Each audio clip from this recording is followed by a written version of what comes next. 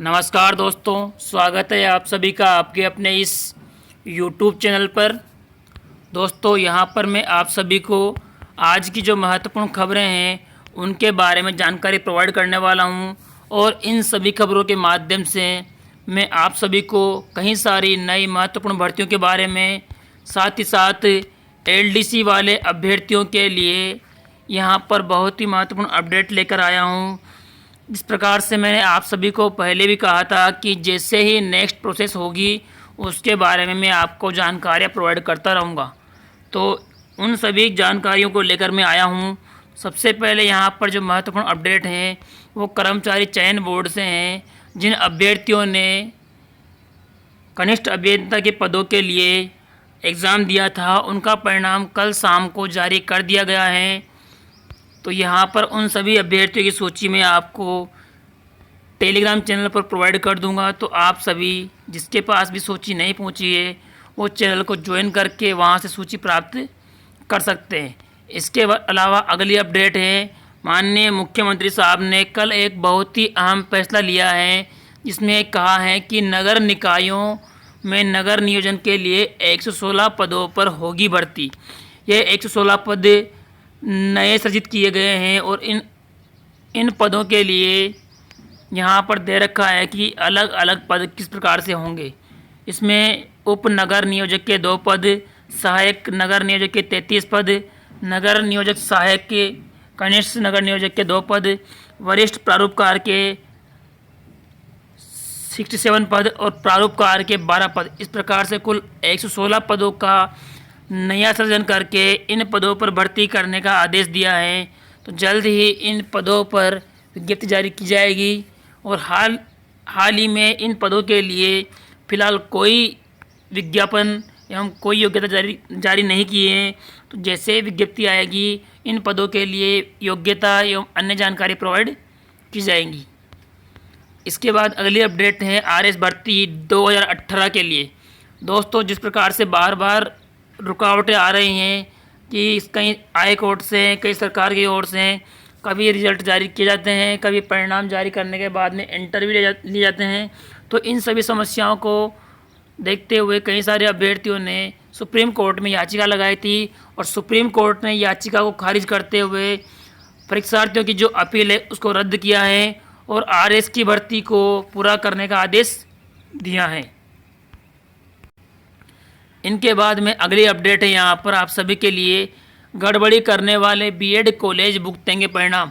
दोस्तों, यहाँ पर कई सारे अभ्यर्थियों के लिए, कई सारे छात्रों के लिए बड़ी समस्या ये रही है कि कई सारे BEd कॉलेज जो ऊपरी कमाई के चलते कई सारे अभ्यर्थियों को लुभावने ऑफर देते हैं, या फिर कई सारे अभ्यर्थी जो डोनेशन देने की स्थिति में नहीं होते हैं उन अभ्यर्थियों से डोनेशन ऐंठने का प्रयास करते हैं और अगर ऐसा नहीं कर पाते हैं तो उन्हें किसी न किसी प्रकार से प्रताड़ित करने का प्रयास करते हैं। तो कई सारे अभ्यर्थियों के प्रैक्टिकल नंबर, कई सारे अभ्यर्थियों के इंटरसी मार्क्स कम भेजकर उन्हें फेल करने के लिए उत्साहित किया जाता है। और ऐसे ही कुछ परिणाम मैंने पिछले कुछ दिनों देखे हैं। एक कॉलेज से 44 गर्ल्स का परिणाम बिगड़ा था, उसके बाद में एक कॉलेज से एक गर्ल्स का परिणाम बिगाड़ा गया, उसके बाद में किसी कॉलेज से मार्कशीट के लिए डोनेशन के रूप में 25,000 रुपये की मांग की गई थी। इस प्रकार की समस्याओं के चलते इन BEd कॉलेजों के खिलाफ पत्रकार के समक्ष छात्रों ने मुद्दा उठाया है। तो अगर अब ऐसी कोई समस्या आती है तो कहीं ना कहीं जो BEd कॉलेज हैं उनके खिलाफ एक समस्या खड़ी होने की संभावना रहेगी। इसके बाद में अगली महत्वपूर्ण जो अपडेट है वो है IGNOU BEd और ओपन मेट परीक्षा के लिए प्रवेश पत्र जारी हो चुके हैं। तो जो भी अभ्यर्थी जिन्होंने IGNOU से BEd या ओपन मेट परीक्षा के लिए आवेदन किया था, जिनका एग्ज़ाम 11 अप्रैल को होना है, उन सभी अभ्यर्थियों के प्रवेश पत्र जारी हो चुके हैं। तो ऑफिशियल वेबसाइट पर जाकर वहां से आप प्रवेश पत्र प्राप्त कर सकते हैं, जहां पर आपको एग्ज़ाम के रिगार्डिंग समस्त गाइडलाइन मिल जाएगी। इसके बाद में अगली जो महत्वपूर्ण अपडेट हैं वो है EWS वाले अभ्यर्थियों के लिए। दोस्तों, यहाँ पर देखा जाए तो OBC वाले अभ्यर्थियों के लिए नुकसानदायक है, लेकिन यहाँ पर जिस संदर्भ में फैसला लिया गया है ईडब्ल्यूएस वाले अभ्यर्थियों के लिए तो यहाँ पर उनके लिए अच्छी खबर है कि सरकारी नौकरियों में राजस्थान के गरीब सवर्णों के लिए बड़ा फैसला। ईडब्ल्यूएस कैटेगरी के पुरुषों को 5 वर्ष की और महिलाओं को 10 वर्ष की छूट, जबकि ओबीसी वाले पुरुषों को केवल और केवल 3 वर्ष की छूट देने का प्रावधान है। लेकिन यहाँ पर ईडब्ल्यूएस के पक्ष में सरकार ने अच्छा फैसला लिया है।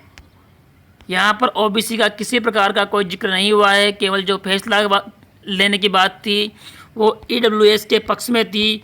तो यहाँ ईडब्ल्यूएस के पक्ष में सरकार ने बेहतरीन फैसला लिया है और उसी के साथ साथ जो भर्तियाँ पेंडिंग पड़ी हैं उन भर्तियों के संदर्भ में भी कुछ जानकारियाँ प्रोवाइड की है। यहाँ पर देख रखा है कि जिस प्रकार से ईडब्ल्यूएस वाले अभ्यर्थियों को छूट प्रदान की जाएगी, उसके माध्यम से कई सारी पेंडिंग भर्तियों में फॉर्म दोबारा ओपन होंगे, तो दोबारा फॉर्म ओपन के होने के माध्यम से इन अभ्यर्थियों को फॉर्म भरने का मौका मिलेगा।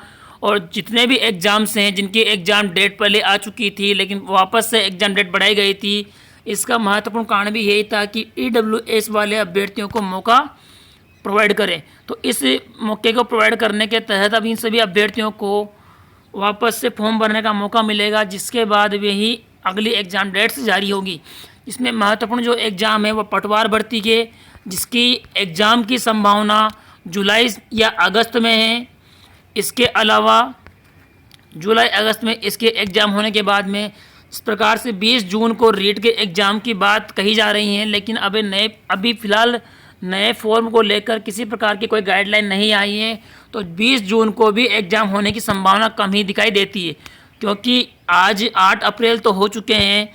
अगर ईडब्ल्यूएस के लिए फॉर्म रीओपन भी होते हैं तो कम से कम 15 से 20 दिन उन्हें मिलने वाले हैं, और 15 दिन अगर उनको मिलते हैं तो अप्रैल का महीना ख़त्म हो जाएगा। उसके बाद में उनको करीब 1.5 से 2 महीने तैयारी के लिए मिलने वाले हैं। तो 20 जून को एग्ज़ाम होने की संभावना बहुत कम हो जाती है।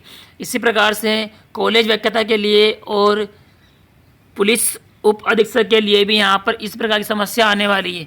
तो अभी इन सभी भर्तियों के लिए फॉर्म रीओपन होने हैं, जिसकी जानकारी आपको समय पर प्रोवाइड करते रहेंगे।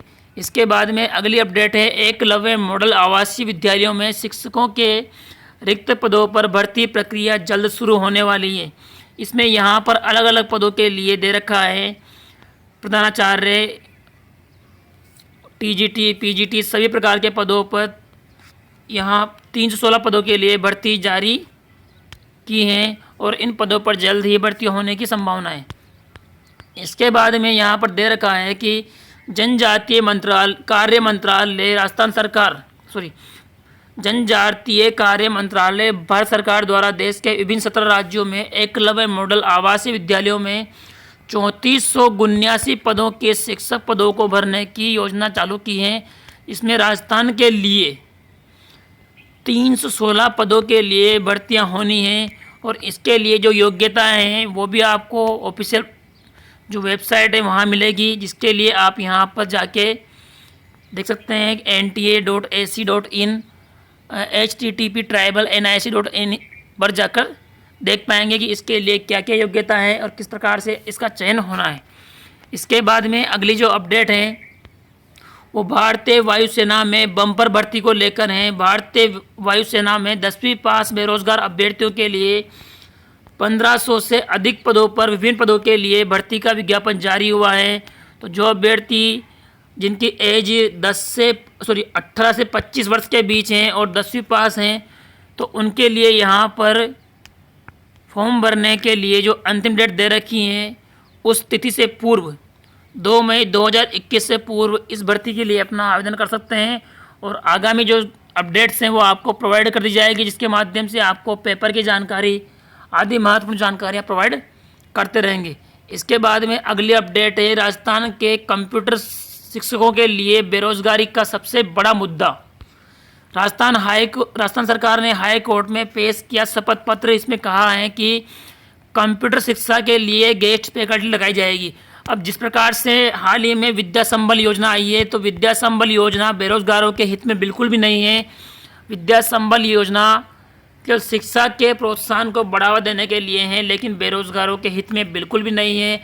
अगर विद्या संबल योजना के तहत शिक्षकों की भर्ती होगी या विभिन्न पदों की भर्ती होगी तो उसके लिए बेरोज़गारों के लिए समस्या ये पैदा होगी कि बेरोज़गारों के लिए रोज़गार के अवसर खत्म हो जाएंगे, क्योंकि विद्या संबल योजना के तहत यदि उनको कम वेतन पर या फिर किसी भी अन्य माध्यम से अधिक मात्रा में शिक्षक मिल पाएंगे तो वैकेंसियों की जो भरमार आनी है वो सब रुक जाएगी, क्योंकि हर डिपार्टमेंट में कई सारे पद खाली हैं। लेकिन विद्या संबल योजना के माध्यम से सरकार ये चाहती है कि पदों को भरा जाए और विज्ञप्ति को रखा जाए। तो इसका भरपूर विरोध करके इस विद्या संबल योजना को बंद करवाने का प्रयास किया जाए। और ऐसा ही मैं बड़े बड़े जो महासंघ वगैरह हैं उनसे आग्रह करना चाहूँगा कि इस प्रकार की विद्या संबल योजना का विरोध करके उसे बंद करवाने के लिए तत्पर रहे, क्योंकि इससे बेरोज़गारों के लिए बहुत ही बड़ा कष्ट है, बहुत ही बड़ी समस्या है। जिस प्रकार से यहाँ कहा गया है गेस्ट फैकल्टी, अब यहाँ पर लगभग 14,000 से अधिक पदों के लिए विज्ञापन आने की बात कही गई थी, लेकिन अगर 14,000 से अधिक पद गेस्ट फैकल्टी के रूप में भरे जाएंगे तो 14,000 बेरोज़गारों के घरों को लात मर जाएगी और इन 14,000 बेरोज़गारों के लिए बहुत बड़ी प्रताड़ना होगी। इस प्रकार की समस्या को सरकार को अपने स्तर पर निपटाने का प्रयास करना चाहिए। लेकिन जो भी बड़े बड़े महासंघ हैं उनसे मैं यही कहूँगा कि इस विद्या संबल योजना को रोकने के लिए अथक प्रयास करें, क्योंकि ये बेरोज़गारों के हित में बिल्कुल नहीं है।